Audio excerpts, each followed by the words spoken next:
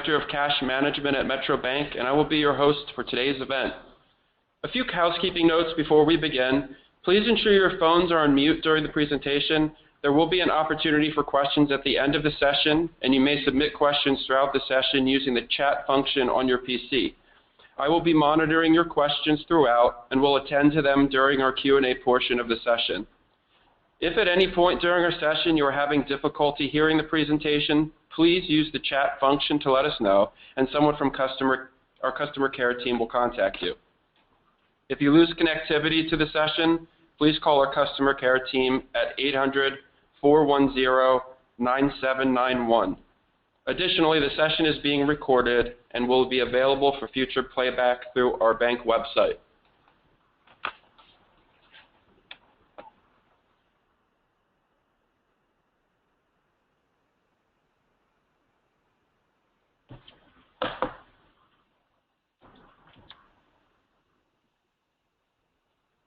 I would like to start the presentation by introducing our panelists. In order of presentation, we have Una Martone, President of Leadership Harrisburg Area, a private, independent, nonprofit organization dedicated to improving the quality of life in the capital region through servant leadership and effective community service. Una has been key in growing LHA. Previously, Una had enjoyed a fulfilling career in nonprofit development, specializing in aiding the growth of startup and small organizations. Our next panelist, William Craig, is president and co-founder of WebpageFX, a Harrisburg-based internet marketing and web design firm. Bill built the business from his college dorm and capitalized on opportunity in the market. WebpageFX is now a leader in internet marketing and technology innovation with over 70 employees in Midtown Harrisburg. The business has been named 11th best place to work in PA, PA Company of the Year, and named to the Inc. 5000 list for fastest growing companies. Additionally, congratulations to Bill, as his company was recently named in the top 75 best places to work for millennials, and that was in the country. Congratulations, Bill. Also joining our panel is James Mead, former President, CEO of Capital Blue Cross, and Managing Director and founder of JM Mead, LLC. JM Mead was established in 2004 to provide advisory services in health economics and healthcare financing to private equity firms, investment banking firms, and emerging companies. He is also a venture partner with Radius Ventures, LLC, a private equity firm focused on leading-edge health services and life sciences firms. Mr. Mead retired as President and Chief Executive Officer of Capital Blue Cross in 2004. After a 30-year career with the company, the last 20 years of which he served as President and CEO, he continues to serve as Vice Chairman of its Board of Directors. Mr. Mead currently serves on the board of the Hershey Trust Company, the Hershey Company, the Milton Hershey School, the Hershey Foundation, and the International Life Sciences Institute, among others. I am Michael Jager, Director of Cash Management at Metro Bank. I have been with the bank for 10 years and take pride in providing solutions to business and government entities to improve their banking experience and cash flow management. It is my pleasure to host this event today. Our purpose for meeting today is to discuss how we can improve and run our businesses better. I'm sure all of you are doing a wonderful job in your current business role, and being with us today is a testament to your desire for self-improvement and the improvement of your business. Our agenda today will take us through leadership insights, starting or restarting your business, and going beyond business basics. Following these three topics, we will have an open panel forum for questions and answers, and finally some takeaway tips. We will also remain on the line for an additional 30 minutes to ensure that we address all of your questions. This will allow those who need a hard stop at 11 a.m. to leave the session while allowing others to continue. So, without further ado, I welcome Una Martone to speak to us about leadership insights. Una, thanks for joining us today, and thank you for leading off.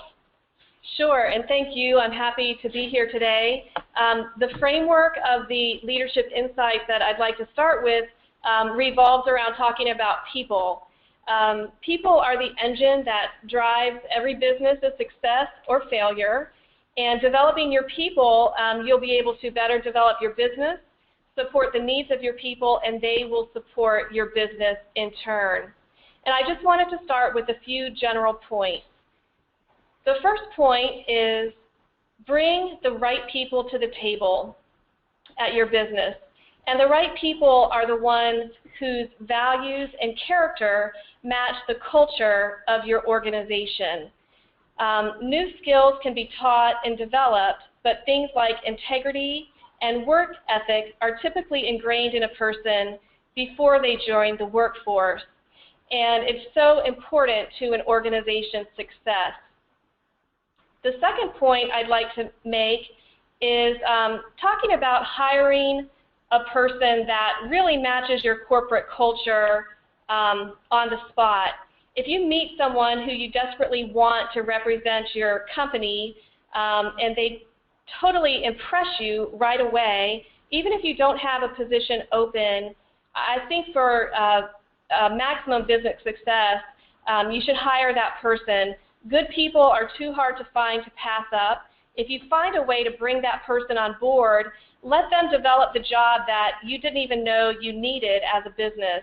An excellent person in your company will pay for him or herself in no time through sales, business development, or however you measure your bottom line. And I can personally attest to this working as a fundraiser in the nonprofit industry. There were several occasions in my life where I was hired by an organization, and essentially my first objective was to raise my own salary through fundraising. And it absolutely worked, and I was able to, in many occasions, raise my own salary and more. The third point in just talking about people is advising your businesses to make working for your company lovable. People who love their job will be your best ambassadors. They will work harder, they'll stay longer, and they'll give you more. Maybe some of you have heard the phrase, love what you do and you'll never work a day in your life. And I think this is especially important in developing the people in your business. So moving on to the slide presentation, let's see if we can.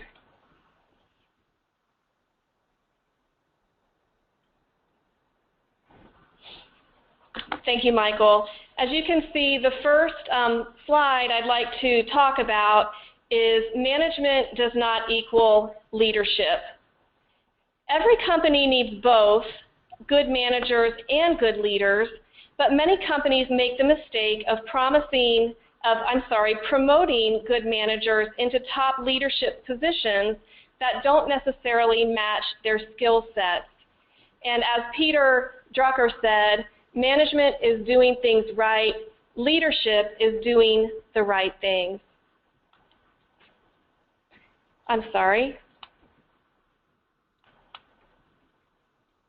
Management focuses primarily on people, projects, things, spaces, and objects. People manage. They make sure that their staff, their employees are on task, that projects are done on time and on budget, things are where they should be, and objects are accounted for. Managers are typically well organized, comfortable with routines, and often measure success by the completion of tasks. Managers are often promoted into leadership positions based on their ability to successfully complete tasks. So when a manager is really, really good at all of the things we've talked about, the inclination is to promote him or her, reward that person for a job well done. However, the next position or the next level in the company might include more strategic thinking and less routine, more vision and less tangible work, and it's not always a good fit. Of course, this is a generalization, but sometimes good managers are happy being good managers and should be recognized or rewarded in different ways. Leaders, on the other hand, can be at all levels of a company. They might not be managing anyone or anything. They might be answering phones or greeting guests at the front door. But if that receptionist is developing your business by building people up at every interaction with your company, he or she is a leader. I once worked with an executive assistant to the president of a university, and she was at the very center of the university's culture. People flocked to her when they needed advice on a job situation or encouragement, and she listened and coached. One of the ways to define a leader at every level of your company is ask, do they have followers? The person I referenced at the university was a leader, but there was no real way to recognize or reward her leadership in the confines of an administrative position. So I would challenge companies to figure out a way to value leadership competencies outside of job titles and pay scales. Here, oops, I'm sorry, I went too fast there. Some of the basic differences between managers and leaders, and again, both are important to the organizations, but as you can see on the screen, managers have employees, they react to change, they have good ideas and they're good communicators, they can direct group. Sometimes they try to be the hero or seek the credit because that's tied to their reward system. Managers exercise power over people. Leaders, on the other hand, they win followers. Like the example I just talked about at the university, the administrative assistant just naturally had people following her. Leaders create change. They persuade people to their way of thinking. They create teams. They make heroes out of their employees rather than seeking to be heroes. They take responsibility and they often share the credit, and they develop people. That's the most important thing that I can say about the differences between managers and leaders. Leaders are truly developing the people around them. And finally, just a few tips on developing a leadership pipeline in your organization. As I mentioned, leaders can be at every level of your organization and should be recognized not only in title and cultivated. So if a person is in the confines of an administrative position and there's not a financial incentive to recognize that person as a leader, think about what else can you do. Can you give this person another project that he or she could effectively and successfully lead? Another thing is to include leadership competencies in reviews and annual evaluations if you're not already doing this. This way, a person at every level of the company can be evaluated and measured on those leadership competencies. I'd also like to mention incorporating external leadership training programs in your company plan. Of course, like Leadership Harrisburg area, but there are many different leadership programs throughout the region, and really those programs give people in your company an opportunity to expand their own professional skills and their own leadership skills beyond the confines of any position that your organization has to offer. And finally, I would suggest establishing a coaching and mentoring program in your organization. If you have people in whom you see leadership potential, put them with a seasoned leader in your organization and let them just have some time to have lunch together or to meet together at work. If you can't do it within your organization, maybe you could encourage leaders at every level of your organization to find an external mentor from a different company, and let every leader at every level in your organization enjoy the benefits of a mentor relationship. Una, thank you very much. There were some great points and advice and insight into leadership. I want to move on to the next segment in our presentation today. And Bill, what can you tell us about restarting a business, starting a business, and what makes an entrepreneur successful? Great. Well, I'll start off with a quick 15-second history of WebpageFX here. So we see here on the left-hand side, this is the original company, pretty low overhead. I started out in '96 in a dorm room in Shippensburg University. Business started out book money, beer money, friends, family, and fools, just kind of creating some sites. And at that time, people thought, hey, is this internet thing really going to last? So it was kind of being able to test out a business concept and kind of go for it, and kind of get some traction, kind of get some business going, and not a lot of startup capital in the dorm room there. Fast forward, over the years here, basically the WebpageFX, we have 75 plus employees now in Midtown Harrisburg. We're driving close to $200 million a year for our clients through leads, phone calls coming in through the website, and e-commerce sales. And we have customers all over the nation, so we're competing in, certainly central Pennsylvania, but going into bigger markets, D.C., San Francisco, New York, those kinds of areas. So a few things that I've kind of learned over the years here that I wanted to share with everybody, and some of this is coming on from things I've read, mentors, other business owners. Kind of starting at the top, I think a lot of people think an entrepreneur, it's big ideas. And one of the things I learned, a lot of times it's not the big idea here, and we'll kind of go into some of that execution to make a business successful. But Google wasn't the first search engine, Tesla's not the first car company, Facebook's not the first social network. So it's really tough to put great entrepreneurs into a box. But most of them exhibit kind of an entrepreneurial mindset, so they have a similar mindset going into these things. So it's really kind of the mindset that made them successful. I think starting at the top, a lot of successful entrepreneurs are, pretty comfortable with uncertainty. So, where they're going to raise startup capital, if their competitor is going to steal their idea, these big kinds of questions, entrepreneurs tend to be pretty comfortable with them. So, they're not going to have the answers to everything, but that's all right. And a lot of times those open questions are really what motivates and empowers them. So it's kind of that uncertainty is just kind of baked into their overall mindset.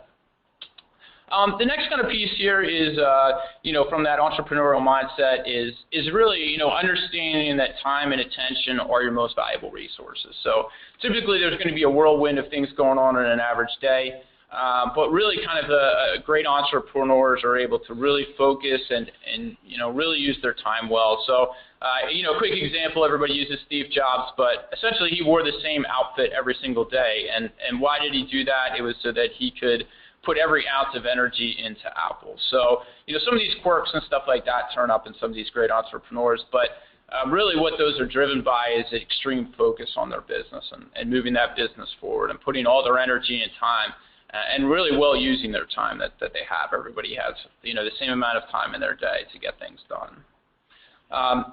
Certainly in kind of the last piece of that entrepreneurial mindset that I've seen is kind of being driven to build something great. So, since entrepreneurs aren't wasting their time, they have a laser focus on their long-term goals. They're always thinking about that long-term. They're always thinking about what are some of the open problems that are in their business and kind of tumbling those around and looking for kind of some solutions out there. So, and they're not afraid, to talk about, big, outlandish goals. And, I think they, do a good job of also setting some time aside. So, they're focused, they're goal-driven, they're doers, they're getting things done, so that allows them to, maybe have an hour or two a day to think about some of the bigger problems or, some opportunities in the marketplace. So I think that kind of gives them an edge in maybe seeing what's kind of coming in their industry or the other marketplaces out there.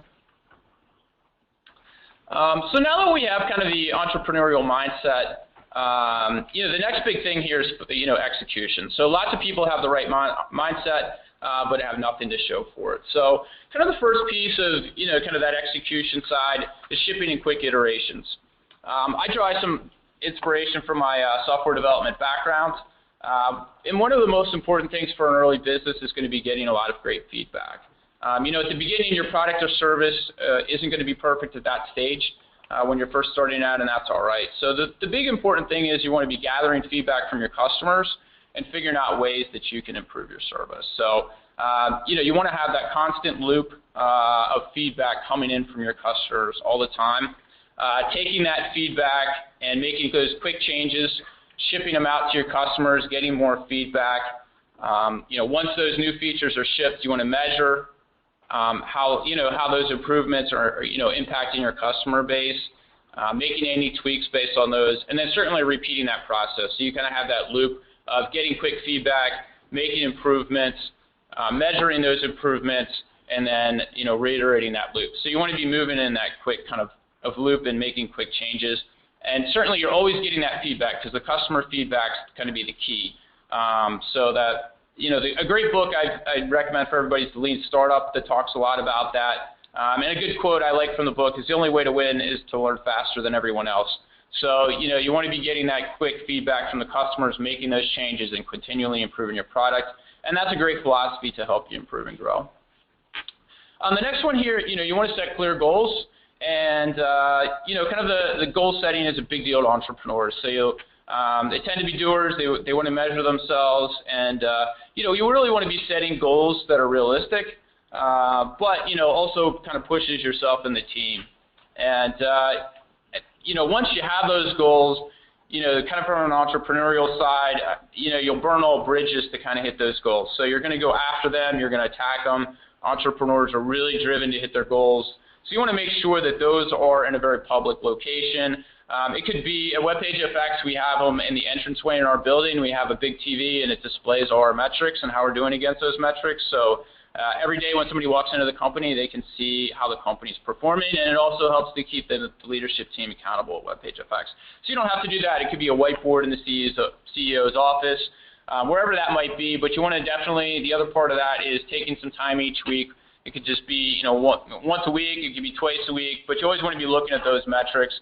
If you're, off base on one or two of them, what are the things that you need to do to kind of get those on track? So holding yourself accountable, but then also publicly holding yourself accountable for those clear goals across the team.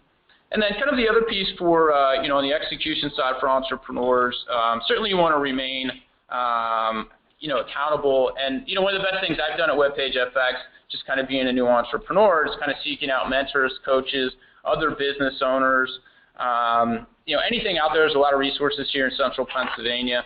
But, those have really been, great for me. I feel that, you get not only beyond just some of the tips and stuff like that, but building good relationships with other seasoned business owners can really help the business succeed. Typically entrepreneurs are going to be very invested in their business. It's kind of their little baby. So, getting some outside perspective can be extremely valuable, especially for a first-time business owner.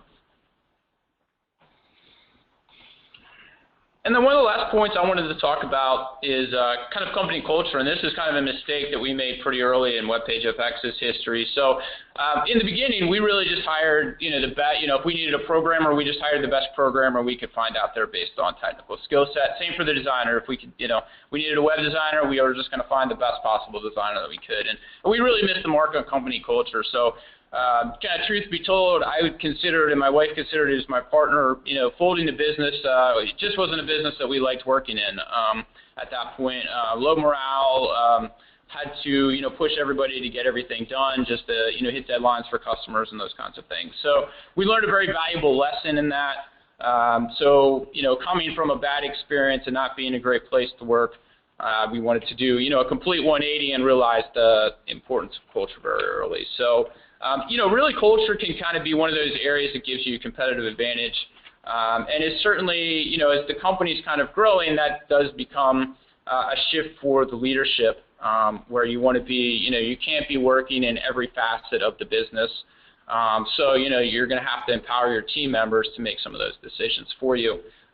So that's kind of a key area, if you have that right kind of culture, that can really kind of drive things. So, a lot of things, that can kind of come with a good company culture. I think the employees would feel ownership in the company. They're going to work harder. They're going to feel more invested in the business. They enjoy coming into the office each day. The positivity is going to outweigh the negativity in the average employee's day. So these things can be really important. I think, some of the things that are really important that go into that is just, listening to opinions and having the employees feel like they're heard. And, I'd say it's never too early to be investing in that company culture. A lot of the early hires that you have in the business, if they're going to be there for the long term, they're also going to determine what the company's like long term and play into the health and longevity of that business. So I kind of think about, culture as, a lot of people would say, hey, doing things for the employees might be expenses. I really look at it as investments and a really strong one there. So that's kind of some of the kind of key pieces with that. I think a lot of times, for the leadership team, it's also, a strong culture comes down to having trust from your people. So doing the right things for them. And, I think the employees also trust the company at that point in time. So If you have that piece, you can kind of be that inspiration and drive that positivity. And it's never too early to start investing on that culture side. Okay, Bill, thank you very much. Great points again, and I see we're generating some questions from the crowd with these excellent points. And I just want to remind everyone, you continue to submit your questions, and we will have a Q&A at the end of the session. But I want to move on to Jim, who's going to round out here some great information that we're giving today. Jim, take it away. Thank you, Michael. Yeah, I think I feel like a cleanup batter here, and I think that's good because there are a lot of very common points and common threads that have woven through both Bill and Una's presentations today. And I think you can see the interrelationship between many of the characteristics that are needed to be great leaders are also needed to be great entrepreneurs. There are, though, I'd like to start with talking about a couple of things, and I'll try to weave through their presentation, but at the same time make a few additional points of my own. I thought it would be interesting to start, first of all, talking a little bit about some of the myths. Both Una and Bill have talked about what it takes, but there are a lot of misunderstandings out there as well about what leadership and what entrepreneurship is all about. And the first one, let's start with leadership. As Una discussed, great leaders must work smarter, not harder. That couldn't be further from the truth. They have to do both. They have to work smart and they have to work very hard. As Bill said, I think the other characteristic is if you're going to bring employees along, you're going to motivate the people that you work with, you've got to show that you're not only willing to work smart, but that you're going to work very hard. Second myth under leadership is great leaders are born, not made. In my experience of 40 years in business, I've seen that disproven so many times where I've had employees and people that I've worked with or worked alongside who were really not great leaders to begin with. But over time, they learned a lot of skills, and they picked up a lot of the points that we talked about here this morning between these two presentations that really turned them into great leaders. So I don't think there's a leadership DNA in people. I believe in many cases, leadership comes in many forms and can be molded and learned. The third myth that I often hear is, if my product is good, my company will succeed. That really is not true. It takes an awful lot more than a great product out there. I think Bill hit that point very hard when he said how important it is for him to rely on feedback from his customers. He may feel he has the greatest product, but in fact, if his customers don't feel that way, it's not going to work. It always reminds me of the old story about the dog food manufacturer who used the finest ingredients and made the finest dog food, and he thought it was great, and it went out and it wouldn't sell. And finally, he called the salesman in and said, "Why aren't you selling these things? Why aren't you selling this kind of dog food? It's an excellent dog food." And the sales force came back and said, "Because the dogs don't like it." That's really the key. If the customer doesn't like it, even though you think it's the greatest product, or it is the greatest product by your definition, it isn't going to work. Now let's look at the other side, talk a little bit about some of the myths of entrepreneurship. The great entrepreneurs make great business leaders. That is not really always true, and in fact, many times is not true. Many times as businesses grow, the entrepreneur, the man or woman with the idea, is the man or woman that is best stepping aside, continuing to feed great ideas, but having someone else become the business leader, so to speak. The reason I say that is a lot of good examples of that. I think Bill Gates is a fantastic example of a guy who's no longer the CEO of Microsoft, but is continuing to give great ideas and great thoughts and knew when to change. I see it all the time in companies in my venture business where I see great ideas and great people coming up with fantastic businesses, but then failing to take them through the next step or break them through the next barrier in leadership. Great entrepreneurs have a grand vision.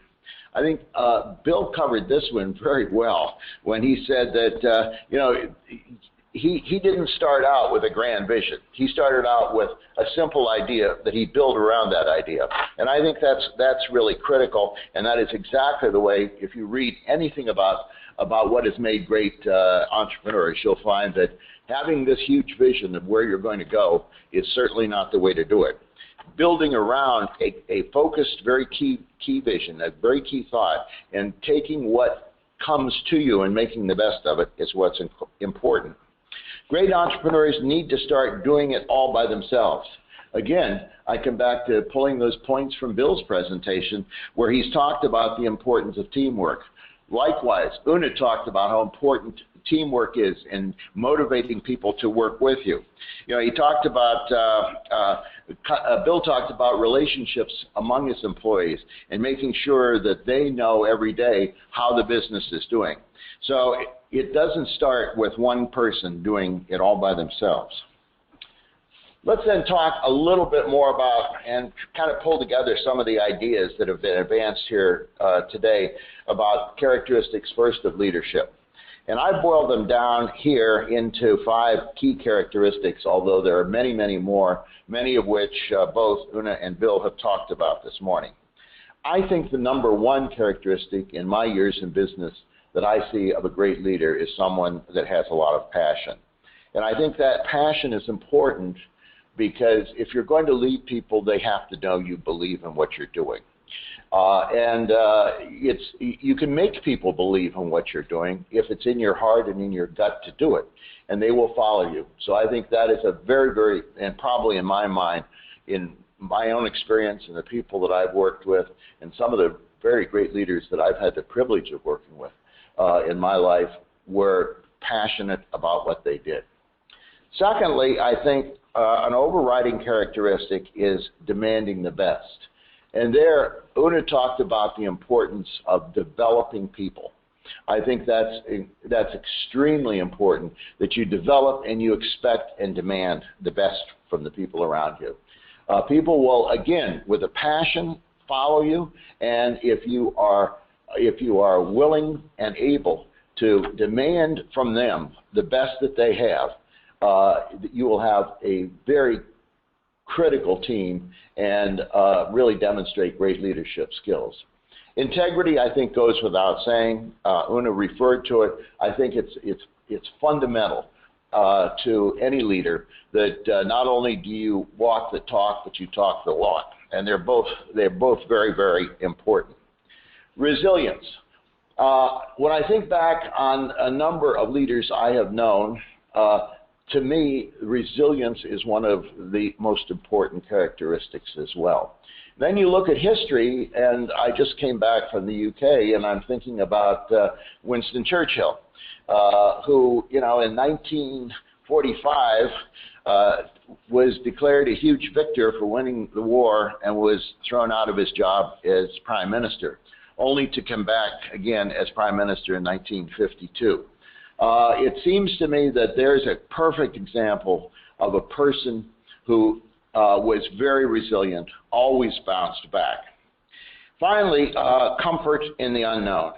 Bill's talked a lot about this when he was talking about entrepreneurship, and Una also talked about it in her remarks about how a leader must be prepared to deal in a circumstance where the rules haven't been written before.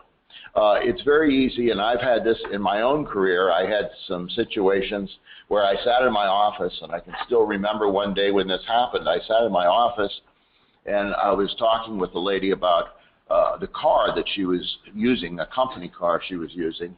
And in the middle of this, she completely burst into tears. I didn't realize she had a lot of other problems. And she's sitting there crying, talking with me.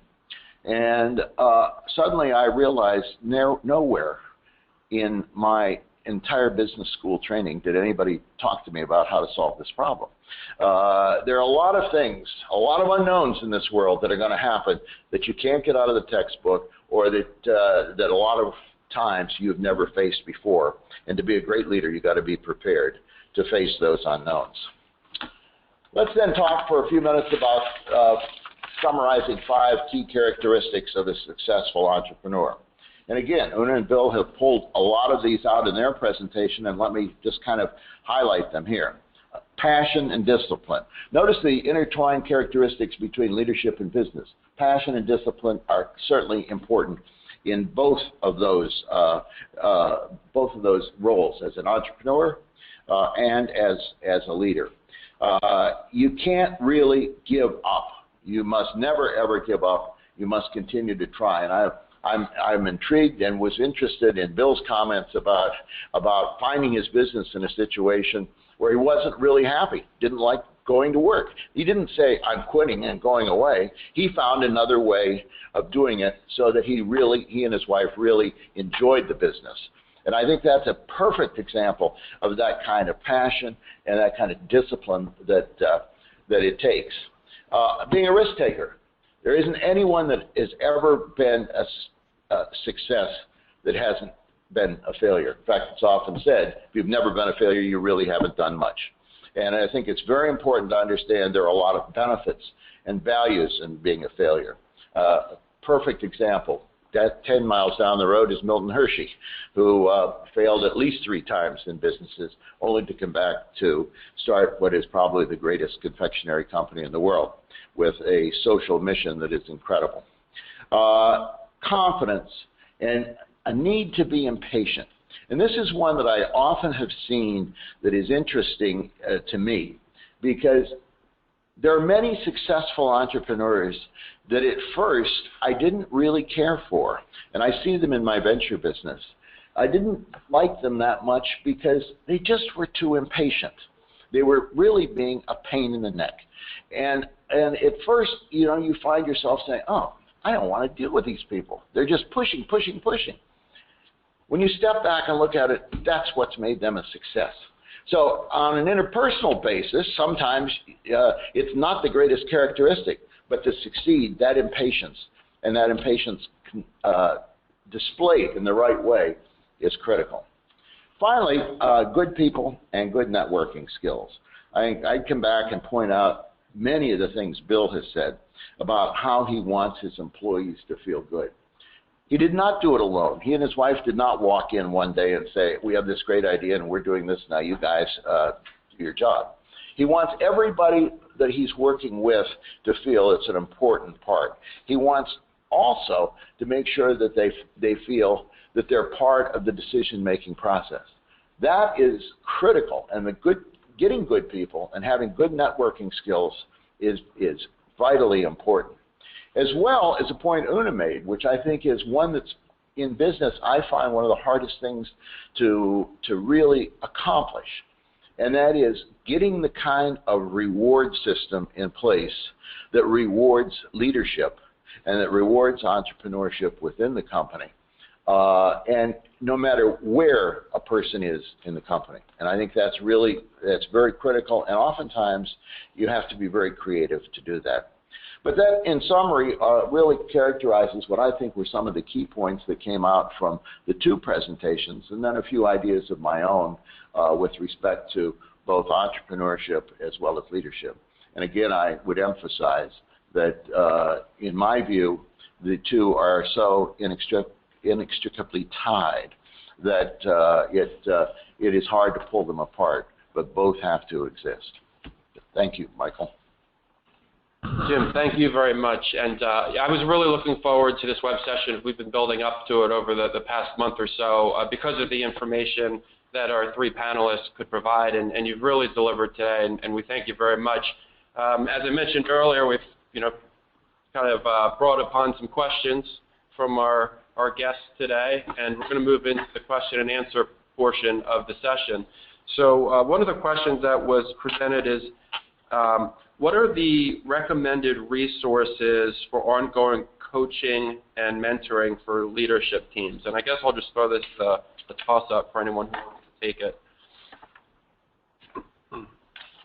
If the question is referring to resources external to that company, like if there's not a formal mentoring program within the company, I would say that leadership programs like community leadership programs, chambers of commerce often have mentoring programs that companies and teams can get involved with.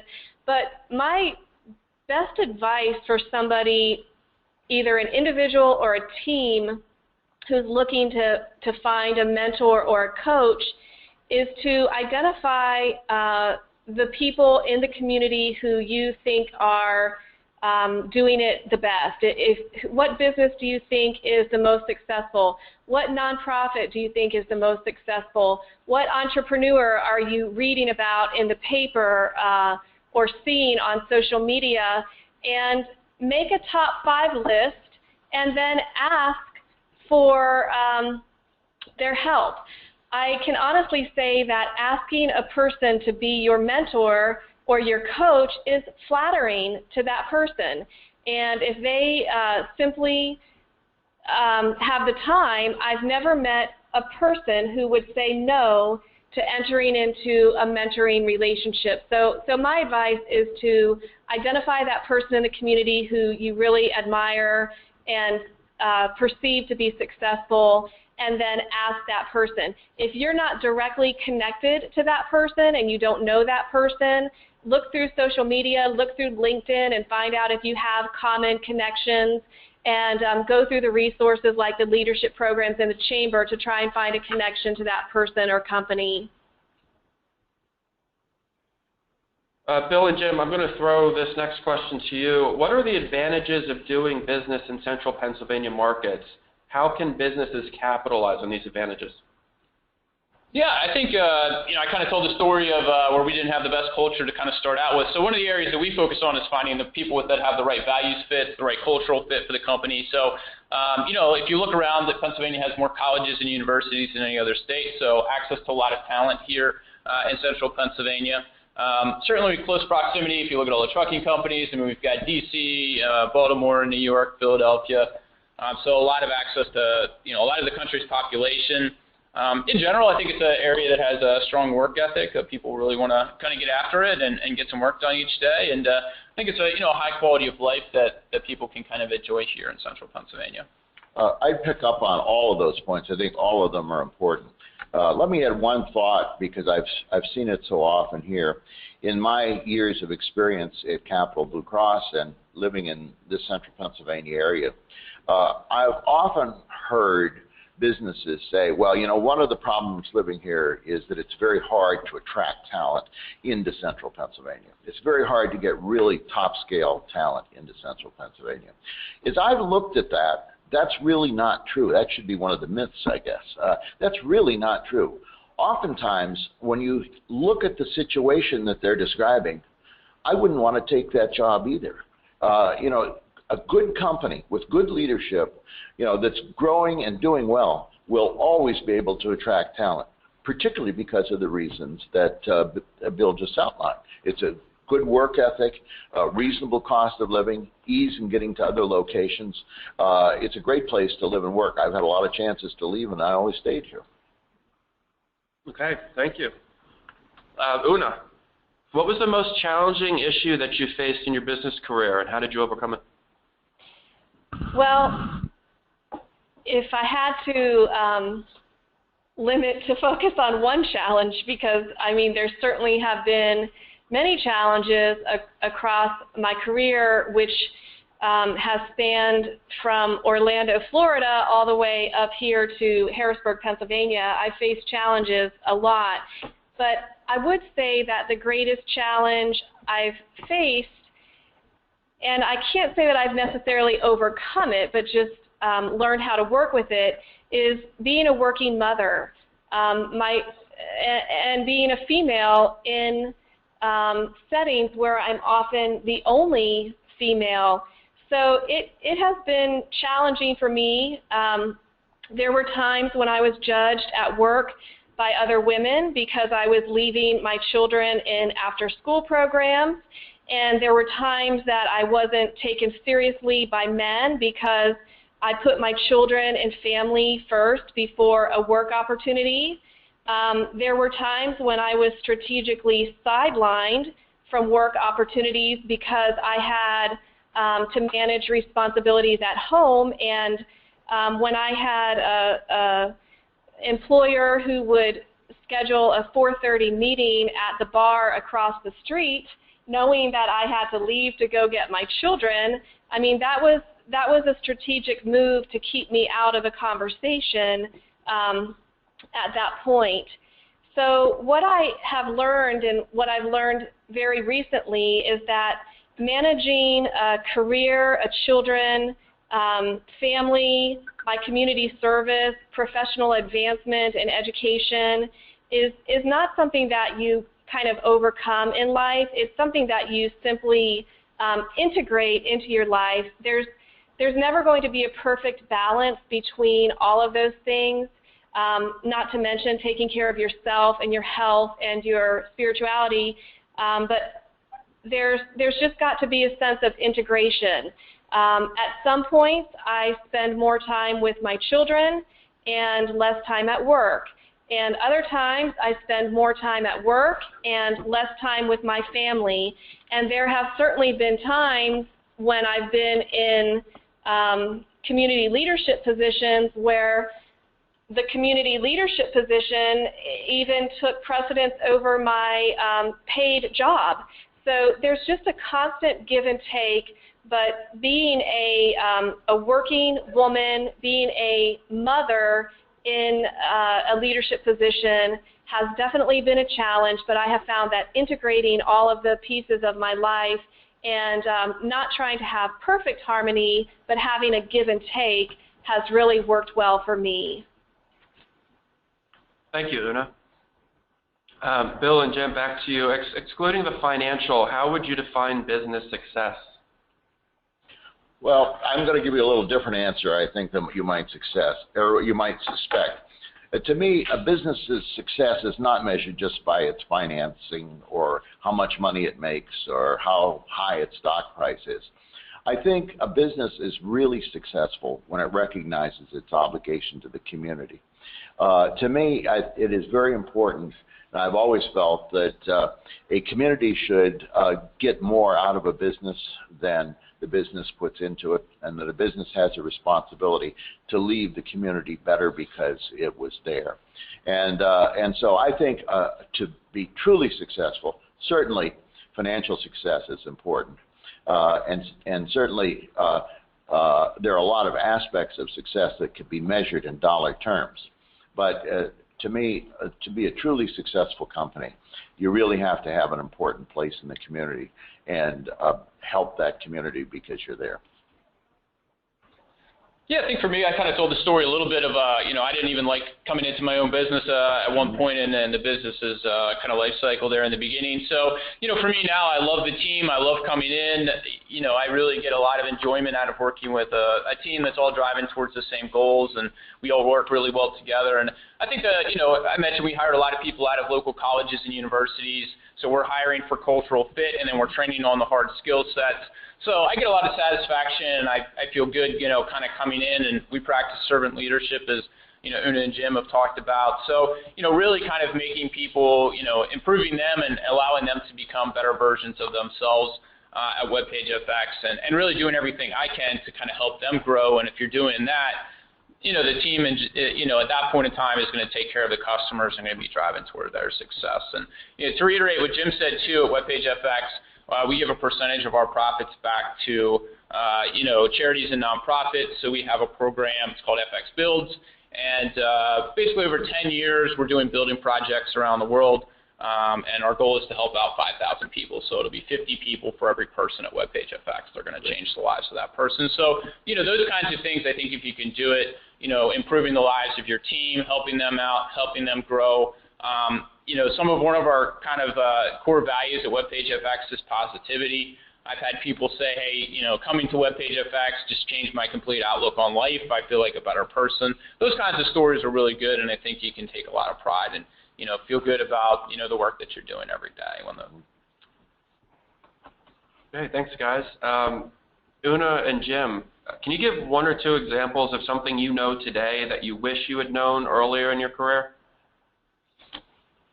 Sure, and I'll give you 2 examples, actually. The most important one, I think I wish I had learned earlier in my career, is to talk less and listen more. And I think that would have helped me many years sooner if I had just learned that. I'm glad I finally did learn it, and I find that asking questions to people and then genuinely listening to their answers, it's just been such a benefit in my career in so many different ways, and I wish I had learned that sooner. The other thing I wish I had started earlier in my career was journaling. I've recently started journaling about professional experiences and activities and goals, and it has really helped me just sometimes get things off my chest by writing them down and not carrying them on me as a burden. So I wish I had learned earlier in my career how effective journaling can be in just keeping a good peace of mind. Journaling has been fantastic. So those are the 2 things I'd say I wish I had known earlier. Okay, well, I'd say, first of all, things are never as really good as you think they are when they're good, and they're never as bad as you think they are when they're bad.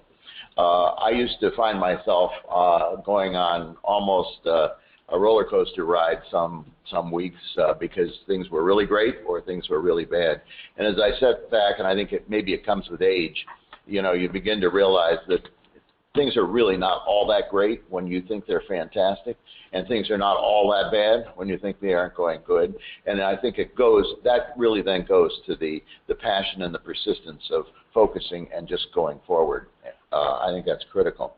I think the second thing I had was that people are going to disappoint you. I used to get very disappointed in the people, and not all of the tools that we've talked about here this morning are going to work, and not all people are going to follow you. There are some people, you could be the greatest leader in the world, that you cannot lead, and you will often be disappointed, but you must be resistant and resilient and just keep going forward, even if they do disappoint you. But a third point I'd like to make, because I'd like to come back to the point that Una made here, and it actually is part of her answer to the first question that was asked that I thought was really important, and that is the importance of listening and mentoring. When I look at my career, and one of the things that I think has been most helpful to me is I have always really enjoyed the opportunity to sit and work with and talk with and listen to successful people, or people who I already deemed as successful. And in those situations, I mean, even today, at my age, I still love to sit down and work with, and I'm very fortunate today because of many of the businesses that I've been in have been successful, and I have the opportunity even today to spend a lot of time with people who I admire, and I love to listen to them. So I would encourage anyone, don't ever undersell the ability to ask questions, to listen, and to find a mentor. And believe it or not, a lot of people that have been successful really enjoy having someone that they can bring along. Thank you. Bill, can you provide an example of a well-known business who's doing it right? Yeah, I've kind of talked about, having an empowered workforce. So my favorite example is Zappos. If you have 5 minutes of time, I'd encourage you to go to YouTube, and if you type in Zappos office tour, they give you a tour of the Zappos office, and it's fantastic. So, I mean, they have one of the most empowered workforces out there. Tony Hsieh's book, Delivering Happiness, is an excellent resource, but it has been an inspiration for me. So really a company that's, a high-speed freight train, just with so many people kind of driving towards the same goals. I'd certainly pick out Zappos as having an amazing company culture where the team is extremely committed to the company's success. Okay, thank you. And we have one more question here. Una, who do you recommend as business advisors or mentors?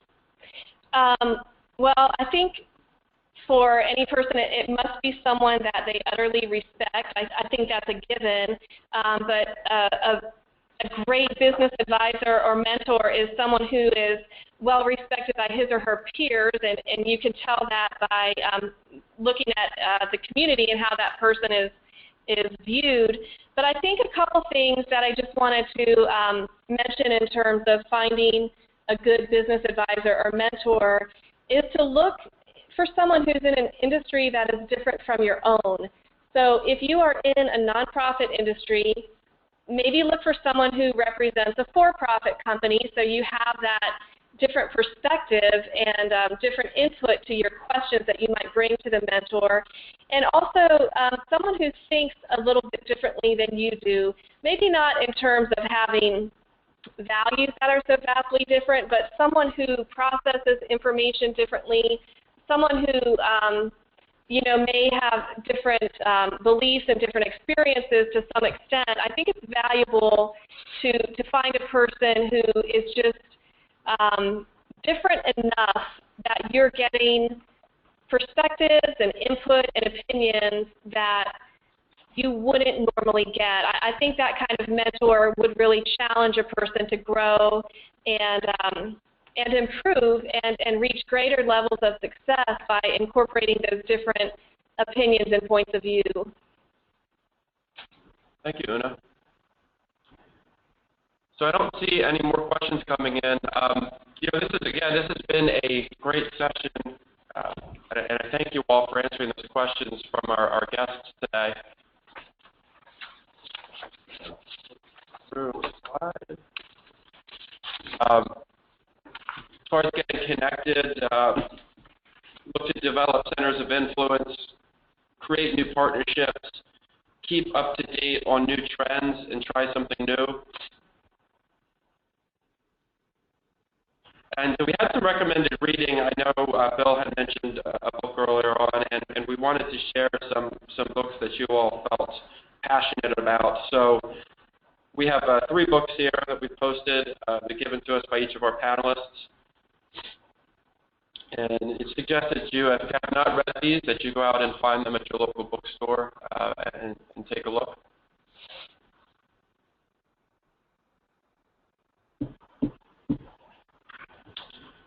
Okay, and I want to thank everyone again for attending our session today. I think it's been a great time together. There's great points, great insights, and I want to remind everyone that this session has been recorded. We are going to be putting it on our website for view. That will probably be up on the website later today or tomorrow. If you would have additional questions, please feel free to submit them. You can give us feedback, ask additional questions. You can submit them to Metro CM Customer Care at mymetrobank.com. Many of you who are customers of the bank are familiar with that email address already. But again, that's Metro CM Customer Care at mymetrobank.com.